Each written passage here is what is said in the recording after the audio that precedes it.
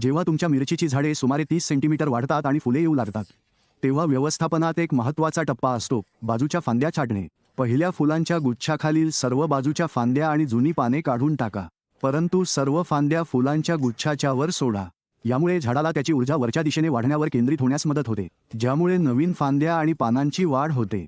झाडावर तयार होणाऱ्या पहिल्या मिरचीला डोअर पेपर म्हणतात आणि तुम्ही ती वेळेत काढून टाकली पाहिजे, जेणेकरून झाडाची ऊर्जा मजबूत देठांच्या वाढीसाठी वळेल. यामुळे नंतर मोठ्या आणि अधिक मिरच्या येतील. जेव्हा मिरचीच्या रोपाला 10 ते 14 पाने असतात तेव्हा ती वर लावण्याची वेळ आली आहे. टॉपिंगमुळे झाडाला अधिक बाजूच्या फांद्या वाढण्यास आणि अधिक मिरच्या तयार करण्यास प्रोत्साहन मिळते. टॉपिंग केल्यानंतर किमान 8 पाने सोडण्याची खात्री करा. जर 6 पेक्षा कमी बाजूच्या फांद्या असतील तर त्याचा उत्पादनावर परिणाम होईल. या पायऱ्या फॉलो करा आणि तुमच्याकडे डझनभर मिरच्या देणारी मिरचीची झाडे असू शकतात. जर तुम्हाला हे सर्व आठवत नसेल तर ही पोस्ट लाईक करा आणि सेव्ह करा. अधिक दैनंदिन टिप्ससाठी मला फॉलो करा.